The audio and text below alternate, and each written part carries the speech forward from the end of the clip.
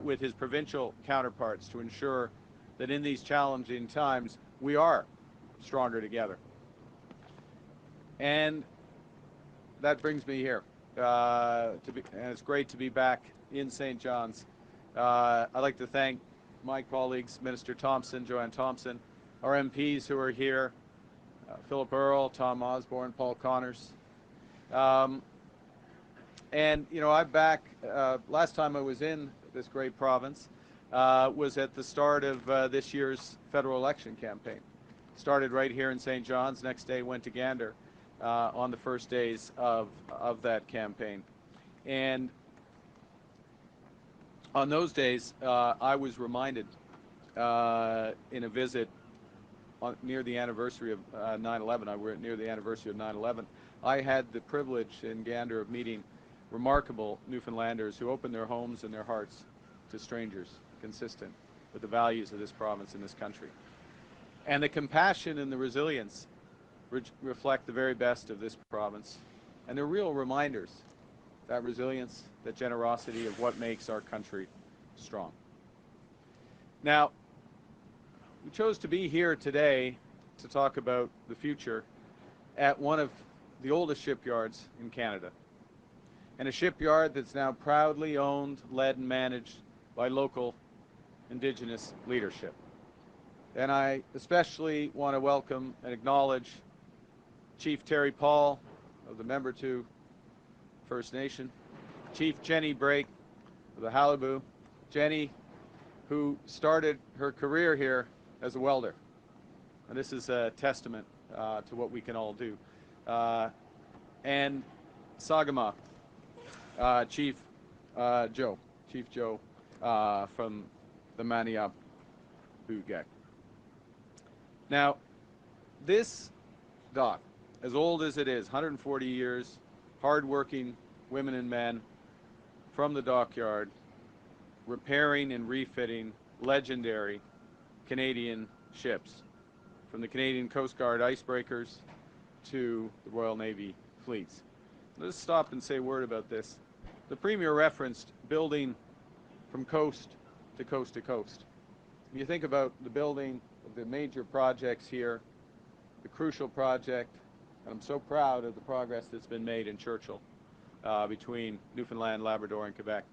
You think about the opportunities offshore this great province, including Bay du Nord. But you also look at these icebreakers and what they represent, unlocking opportunity in the Arctic and protecting our country, protecting our sovereignty. That's what building Canada strong means. So whether it's the Cape Roger, the Judy Lamars, they are vessels that protect our sovereignty. They're also vessels that unlock the winter ice, unlock the contribution of this economy to Canada's $30 billion ocean economy. And they're vessels that are vital, vital for the research that allows us to prepare and build for the future. And in doing so, New Dock creates good, high-paying, fulfilling careers for our skilled workers, our welders, our pipe fitters, boilermakers, and the other skills, just as Chief Jenny knows. And we know that shipbuilding isn't just central to our history and our character, it's essential to our future. But that future, that economic future for our country, is caught up in a storm. Caught up in a storm as the United States fundamentally reshapes all of its trading relationships. And to be clear, Canada currently has the best deal of any of the United States trading partners in the world. 85% of our trade with the United States has no tariffs. It's tariff-free. And we have the lowest average tariff rate of any country. But we've learned a lesson over the course of the last several months, is that our relationship with the U.S. is changing. And we can't rely on our most important trading relationship as we once did. You know, we can't control what other nations do, but we can control our destiny. So we're focusing on what we can control and building our economic strength right here at home. C'est là notre mission principale, notre étoile de Nord. Le nouveau gouvernement du Canada est déterminé à bâtir l'économie la plus forte du G7. À cette fin, nous nous lançons dans un plan ambitieux visant à assurer une nouvelle ère de prospérité après avoir surmonté l'adversité. Notre nouvelle stratégie industrielle transformera notre économie, qui passera d'une dépendance excessive envers les États-Unis à une économie la plus résiliente face aux chocs mondiaux.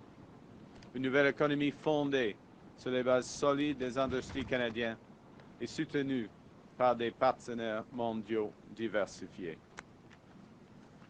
Just last Friday, in Mississauga, I announced a series of new and comprehensive measures to protect, build, and transform our strategic industries so they can prosper in this new global economy. These measures are, they're wide-ranging and they're flexible, they're focused on the future. And the first thing we focused on was measures so that Canadian workers can develop the skills for those new high-paying careers that those nation-building projects that Premier and I referenced will create. And we shouldn't underestimate, I'll stop here, shouldn't underestimate just how many jobs will be created, for example, in Churchill, as it's built out, on top of the over $225 billion of revenues that come to this province as it operates over decades. So we start with workers, we start with retraining, we start with building. And then we go to those industries and we give them the opportunity to pivot to new products and markets with a $5 billion new strategic response fund. The third thing is we've introduced a comprehensive Buy Canadian policy. So we're modernizing all of Canada's public procurement to prioritize public and Canadian suppliers. Because it's time that we become our own best customer, buying Canadian to build Canadian. So your government will buy in this province and across this country. Fourth, you know, there's some businesses that are very acutely impacted by these U.S. tariffs, and they need immediate liquidity relief. They need immediate funds in order to adjust. And that's the case for the steel and aluminum industries. These are world-class industries. But they're enduring punishing U.S. tariffs. And these impacts are being felt far and wide, including out here on the East Coast. So our liquidity facilities give businesses the support and the time that they need to position themselves for the future. And lastly, this will be my principal focus today, we're strengthening supports for our medium and small businesses. In March, we announced the Regional Tariff Response Initiative, $450 million across the country to support SMEs directly or indirectly impacted by those U.S. tariffs. And the idea is so these companies can step up and diversify their products, diversify their markets, adopt new technologies, become more competitive. And last week, I announced that we'd increase the funding for this from $450 million to $1 billion. Not just that, we'd extend the repayment periods for up to 9 years and provide new non-repayable contributions of up to $1 million across all sectors, so from seafood through to IT. And today I'm proud to announce that $80 million of that funding will be dedicated to businesses right here in Atlantic Canada.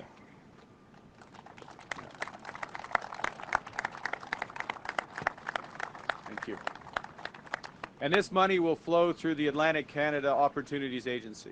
We'll fund small and medium-sized businesses across the region, help them not just to invest, not just to endure, but to thrive.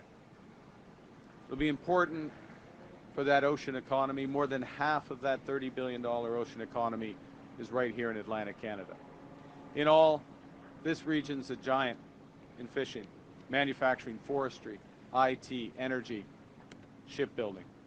And its overseas trade corridors sitting here in St. John's Harbor connect Canada with the rest of the world. Si nous voulons bâtir l'économie la plus dynamique du G7, et nous le ferons, nous devons tout mettre en œuvre pour permettre à la région et à nos industries les plus prometteuses de prospérer. Now, the $80 million under that regional tariff response initiative that goes to Atlantic Canada will help, as I said, SMEs to expand into new markets. For example, developing innovative packaging and product formats. Think in food processing, in fishery, vacuum-sealed lobster tails or flash-frozen crab clusters, tailored for high-demand European markets. But it'll also help strengthen supply chains as businesses upgrade their cold storage and live holding systems, so products can stay longer, fresher for longer, and make it easier to reach more export markets overseas. And our manufacturing and resource industries will also benefit. Par exemple, les producteurs d'acier peuvent moderniser les usines de fabrication pour la construction et la construction navale. Et les scieries de bois d'œuvre peuvent intensifier leurs activités afin de répondre à la demande nationale et internationale croissante en matière de construction durable. Enfin, les entreprises peuvent moderniser leurs usines de transformation en optimisant le classement, le tri et les chaînes d'emballage afin d'améliorer leur efficacité et leur constance.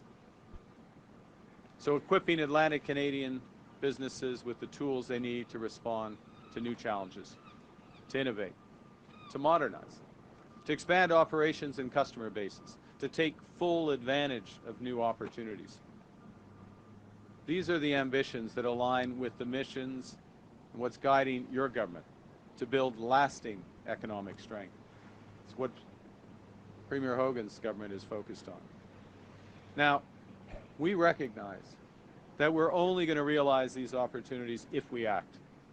And you know, that can be tough in times like this. Changes in the global economy.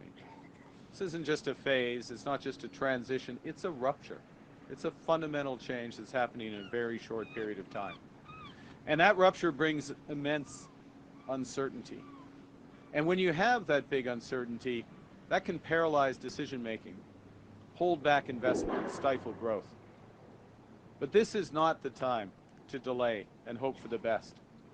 Hope is not a strategy. It's time, as I said earlier, to control what we can control. The products we buy in Canada. Taking the time so our businesses can have what they need to adjust to new realities. Getting capital to our businesses so they can retool and find new markets. And getting our workers, helping them have the skills they need for the future. Because when our businesses take calculated risks rather than face unknowable uncertainties, our builders, our innovators, our entrepreneurs thrive, and all of Atlantic Canada and the whole of the country rises with them, with higher wages and a brighter future. The people of this province, from their history, know better than anyone how precarious an industry can be. You know that the forces can change overnight and change everything. We are clear-eyed. Canada's new government is clear-eyed about the scale and the speed of the forces currently at play outside our shores. So we're empowering Canadians to shape our own destiny, to build the future we want, an economic future that's not reliant on one trading partner, but built on strong Canadian industries, powered by strong Canadian demand, and bolstered by new international trading partners. So we're making the major investments to ensure our industries, our businesses can bridge to that future, seize opportunities, so we can create that rising tide that lifts all boats. A global leader in food, in fishing, in shipping, in defense, in IT, and in energy. Because Canada has what the world needs, and we have the values to which the world aspires. Because together, stronger, we are building Canada strong.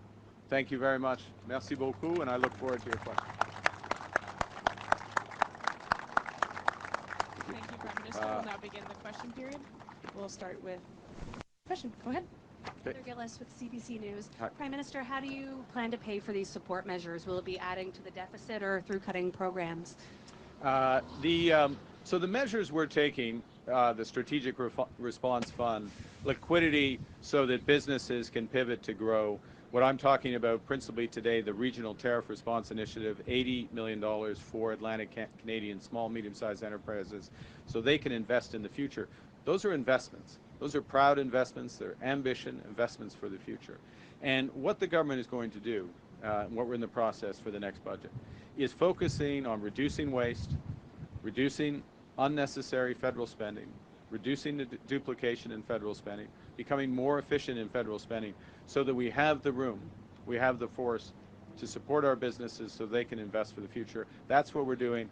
And a key message from today is we're doing that, and we'll be working with the province of Newfoundland and Labrador on major projects in energy, clean and conventional energy, for example. We're also working with the smallest businesses in Newfoundland and Labrador so that they can all invest for a brighter future. Prochaine question. Bonjour, Kira Morellon avec Radio-Canada. Ma question est pour le Premier ministre. Vous avez parlé beaucoup d'unité nationale depuis votre arrivée au pouvoir. Oui. Pourtant, au Québec, le Parti québécois a quand même le vent dans les voiles et son chef est pressé de tenir un 3e référendum sur l'indépendance de la province s'il est élu Premier ministre l'an prochain. Est-ce que vous êtes inquiet pour l'unité nationale? J'ai beaucoup de confiance pour l'avenir du Canada, l'avenir du Québec, l'avenir du Canada, parce que les Québécois et Québécoises, ils veulent investir dans l'économie québécoise.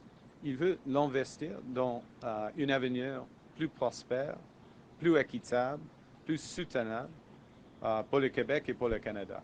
Et nous travaillons dans une étroite collaboration, oui, avec le gouvernement du Québec, le gouvernement actuel du Québec, mais les entreprises et les ouvriers, les travailleurs québécois et québécoises, afin d'atteindre cet avenir prospère. D'accord. Next question. Cameron Kilfoy with The Telegram.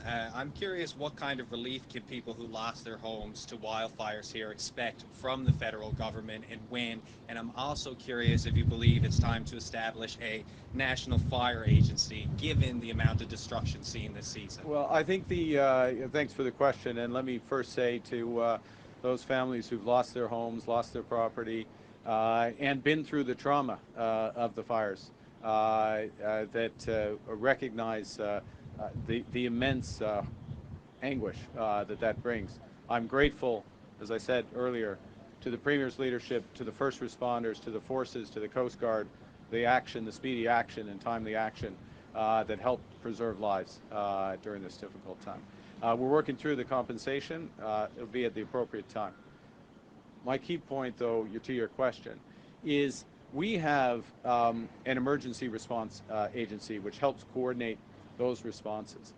I think what we're taking from that is we need to continue to invest in all aspects of fire prevention, including with Indigenous peoples, with traditional methods, all aspects of fire prevention, fire detection. We're making huge investments in our satellite detection, which is helping us to move quickly, and our capacity to move quickly in any part of this country in order to limit the damage from the wildfires. That will, and that's everything from those first responders, our firefighters, to our water bomber capacity, and you'll be hearing more about all those aspects in the coming weeks. Thank you. Thank you. Next question. Hello, Bailey Howard, NTV. We've heard a lot of talk about Churchill Falls and Gull Island being on the national projects list. What sort of responsibility does that mean Canada has in these projects? And if they were to go south, what sort of repercussions would there be then for the federal government as well? Well, I think the first thing to say is that both of those projects and a longer list of opportunities, enormous opportunities, obviously, in Newfoundland and Labrador, and I think enormous enthusiasm and energy in order to help realize those. So I think of them not going south, I think of them going north, in this case, to use the analogy, going forward and building.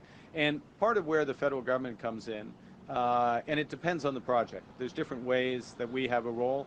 And by the way, sometimes the answer to our role is just get out of the way. The project's going to move forward, province has it in hand, and the federal government steps back and focuses on other things.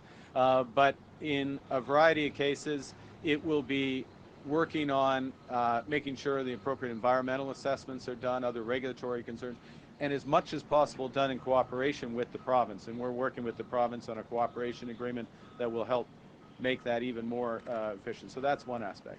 There's other aspects where a project will have, particularly something on clean energy, for example, will have tremendous ancillary benefits for the economy. In other words, it sets us up, sets Newfoundland and Labrador, but Canada as well, up for the future in terms of decades. And in those cases, sometimes through the tax system, other aspects, we can provide incentives to move those projects forward as well. Third area is in training. Now, first and foremost, the responsibility of the provinces, but working with the provinces to make sure people are getting the skills so that these major investments are benefiting people like the workers surrounding us, their families, their friends, their neighbors, because the scale of ambition in this province and in this country isn't just, and not that your question implied this, one project, but a series of projects, a series of major investments. So we're really sending the message that this is 30 years of work. These are good, high-paying careers, and the federal government can help make sure that workers have the opportunity to get the skills. So like Jenny, sorry Chief Jenny, I don't want to keep singling you out, but you get the welder's ticket, you get the boilermaker's ticket, you get the IT skills in other examples, so that you can fully take advantage of those. Next question. Hi, Ashley Fitzpatrick with Atlantic Business Magazine. Okay. I'm wondering about the amount of money that you're talking about here, $80 million split across 4 provinces and all small and medium-sized enterprises. Does this realistically actually serve all of the needs that are going to be out there? If you look at even the Chinese tariffs on shellfish, for instance, you know, a sustained tariff there is going to be devastating. Can this really help manage what's going to be tremendous impact for folks who aren't necessarily going to become boilermakers or serve the major projects? Yeah, no, so I think the first thing to say is part of the way we allocate, look, $1 billion is a lot of money. The overall format, $1 billion is a lot of money. And what we're allocating here is bigger than the relative share of population, the relative share of GDP of the overall Canadian economy, allocating that way. The second is it's channeled, as I said, through ACOA, the Atlantic Canada Opportunities Agency, and it's one of multiple projects or policies, initiatives that's channeled through ACOA. And then on top of that, we have the Business Development Bank programs as well. On top of that, we have various liquidity facilities that are available as well. So there's lots of ways to help businesses get time to develop the plan and make the pivot. I'll make another point, though. I just want to reinforce something the Premier was saying, because I think it's so important. There is a connection between these big projects and a small business. These big projects, even in the early days of the development of the engineering for these projects, the early work in the steel and fabrication industry and other, they create tremendous amount of activity as well. And since we're focused, and this is a key element of our strategy that we announced last Friday, since the federal government's very focused of, if we're putting Canadian taxpayer dollars at work into moving these big projects forward, and in other areas, we expect buy Canadian. We expect to buy Canadian steel. We expect to use Canadian IT professionals, Canadian HR, and on and on and on. And so that starts to really add up, and we're going to have to look at the whole, and we're going to add to this as necessary going forward. En français, tout cela, ça prend du temps. Alors, en ce qui concerne le montant est plus grand que la proportion de les 4 provinces ici, la proportion du PIB national ou de leur population, la proportion de population nationale. Premier point. Deuxième point, il y a plusieurs initiatives de ACOA, y compris la liquidité de la Banque de développement du Canada, par exemple. Alors, il y a plusieurs initiatives et on ajoute cette initiative d'aujourd'hui avec les autres. Point final, les grands projets, les projets à l'échelle nationale, ils vont créer des retombées pour des petites et moyennes entreprises en même temps. Merci. I just had a quick follow-up, and that's in terms of regional distribution. I'm wondering, do you find yourself right now pulled between the provinces in terms of their different demands, and is that becoming difficult for you to navigate in any way? We are working very close. I'd answer it differently. We're working very closely with the provinces. We're working. We know which we work closely. I work closely with the Premier. We know which industries also are most immediately affected. They're the so-called strategic industry for the Americans: steel, aluminum, forest products, automobiles, copper, pharma to come. And then we can see the connections to other sectors from that. So we can target that way, and yes, there's a different regional distribution of each of those industries, so we're aware of that. But we're also conscious of the knock-on effects of those tariffs. So we don't want to overly concentrate just on the strategic sectors. And it's an ugly term. Maybe it's not ugly, but it's just complicated. These are agnostic, neutral across different industries, that what we're announcing. So you don't have to directly have a tariff impact in order to have them. But let me say one last thing, which is to focus again on the forward. And standing here, we see examples of this. These Coast Guard ships, icebreakers, and others like them are going to help open up opportunities. They are also going to be invested in, future examples are going to be invested in through our defense industrial strategy. To protect Canada, to make our country secure, we're going to spend a very large amount of money to make this country secure in a world that's much more dangerous.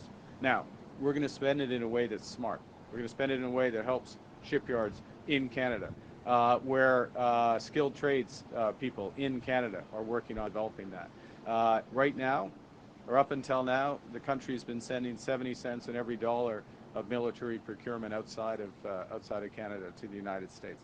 And that's going to change, and that's part of what our new focus is. Thank you. Okay. Next question. We'll have time for two more. Hi there, my name is Sarah Smelly. I'm with the Canadian Press. How is the federal government planning to change its climate change policies and targets for 2030 and 2035?